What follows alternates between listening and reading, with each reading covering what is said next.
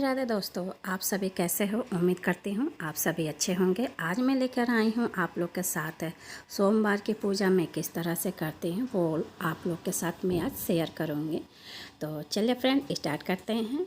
तो मैंने एक प्रतिमा ले रखी है शिव परिवार की, और आप इसके बदले आप मूर्ति भी ले सकते हैं अगर आपके घर में मूर्ति है, प्रतिमा है तो। लेकिन मेरे पास प्रतिमा है तो मैंने प्रतिमा ले रखी है। और यहाँ पे मैंने पुस्तक ले रखी है जो सोमवार को मैं पढ़ती हूँ। वैसे सोमवार को चालीसा पढ़ते हैं, सोमवार की कथा पढ़ते हैं, प्रदोष काल की, इसमें सारी मतलब कथाएँ हैं। और यहाँ पे मैंने लाल चुन्नी ले रखी है माता को ओढ़ाने के लिए, और आसन पे बिछाने के लिए मैंने पीला वस्त्र ले रखा है। आप सफ़ेद वस्त्र भी ले सकते हैं भोले बाबा को मतलब चौकी पे बिछाने के लिए।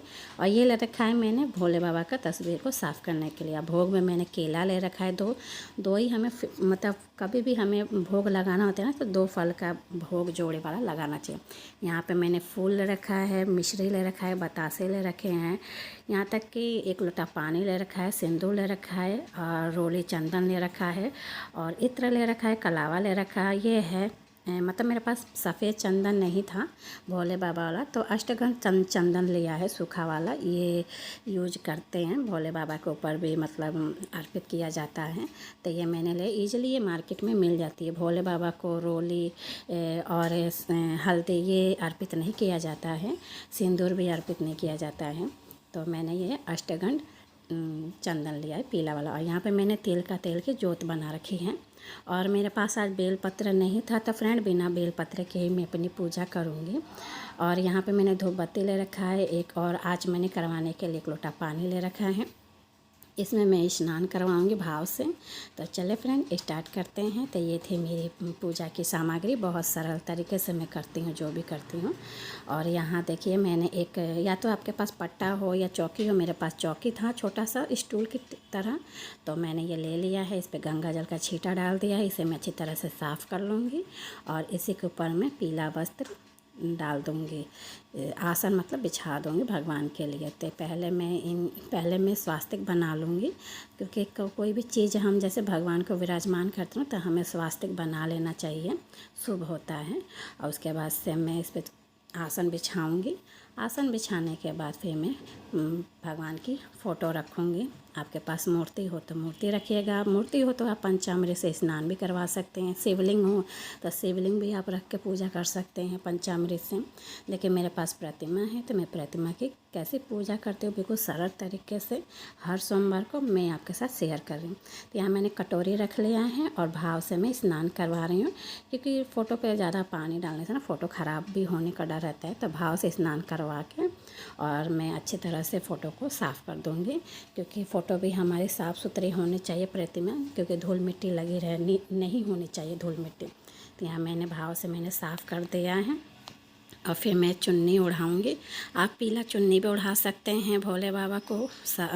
और वैसे गौरी माँ है इसलिए मैंने लाल चुन्नी ओढ़ा रखी है, साथ में है तो लाल चुन्नी मैंने ओढ़ा रखी है। उसके बाद से मैं आपको दिखाती हूँ, एक प्लेट लिया है, इसके अंदर मैं स्वास्तिक बनाऊँगी क्योंकि मुझे दिया रखना है इसके ऊपर।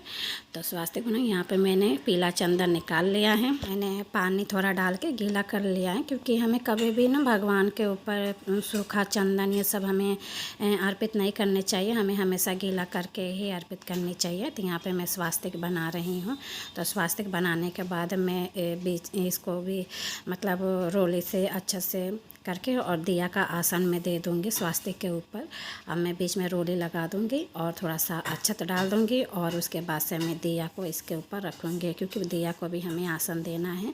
तो दिया भी हमारे पूजा में शामिल होते हैं, तो इसलिए दिया को भी हम आसन देना चाहिए। और यहाँ पे मैं दिया को प्रज्वलित कर लेती हूँ, क्योंकि कोई भी पूजा करने से पहले हमें पहले दिया की पूजा कर लेनी चाहिए, दिया को प्रज्वलित करके। तो यहाँ मैंने दिया को प्रज्वलित कर लिया है, और ये दिया के भी मैं पूजा कर लूँगी धूप दीप से।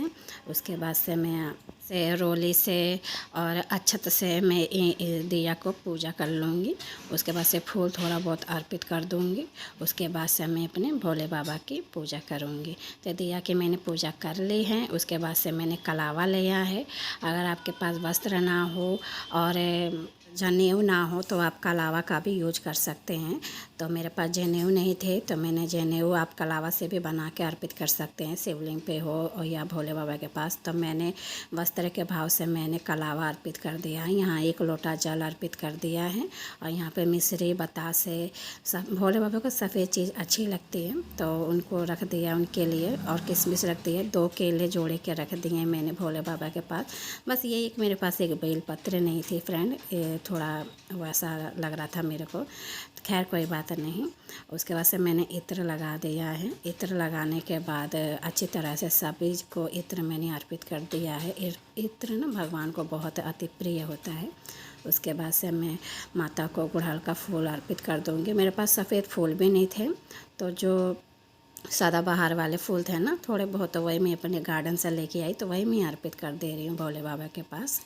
और गुड़हल का फूल मैंने गणेश भगवान को भी अर्पित कर दिया है, माता गौरा को भी अर्पित कर दिया। उसके बाद माता को रोली का टीका लगाऊंगी और गणेश जी को भी लगा दिया है, कार्तिकेय जी को भी लगा, अक्षत भी लगा दूंगी। उसके बाद से भोले बाबा को मैं अष्टगंध चंदन मतलब लगाऊंगी, पीला चंदन लगा दिया है। इनके जितने भी इसमें ऐसे परिवार में जितने भी सदस्य हैं इन सबको मैं चंदन लगा दूँगी। भोले बाबा के नाग को, त्रिशूल को, डमरू को, उनके पैरों पे भी, उनके नंदी को, शिवलिंग पे सब पीला चंदन लगा के अच्छे से मैंने कर दिया है।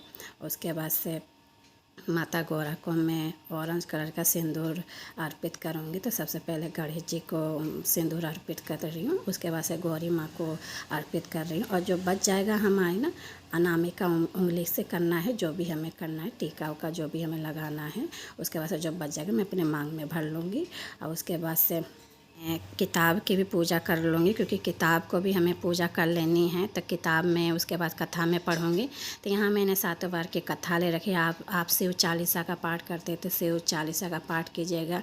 मैं 7 बार के व्रत की कथा पढ़ती हूँ, इसमें तीनों व्रत दिया गया है। तो मैं यहाँ पे भोले बाबा और गौरी माता को भी मैं चंदन टीका सब लगा दूँगी।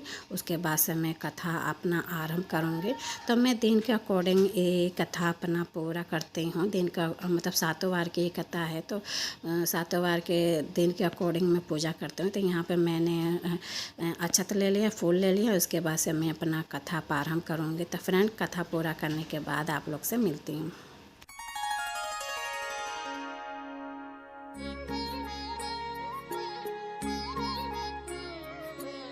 यहाँ मेरी कथा पूरी हो चुकी है और जो मेरे हाथ में अक्षत फूल था वो मैंने भोले बाबा के मतलब शिव परिवार के पास अर्पित कर दिया है। उसके बाद मैं आरती कर लूँगी। आरती करने के बाद फिर मैं आचमनी करवा दूँगी। तो सोमवार के दिन ना भोले बाबा का पूजा 3 पहर किया जाता है। तो आई होप आप लोग को ये मेरी वीडियो अच्छी लगी होगी। अगर अच्छी लगी होगी तो लाइक कीजिएगा, शेयर कीजिएगा, सब्सक्राइब। और हाँ, अगर ये वीडियो आप लोग को अच्छी लगी होगी तो कमेंट्स बॉक्स में ज़रूर ओम नमः शिवाय ज़रूर लिखिएगा। तो फिर मिलेंगे नेक्स्ट वीडियो में, तब तक के लिए ओम नमः शिवाय।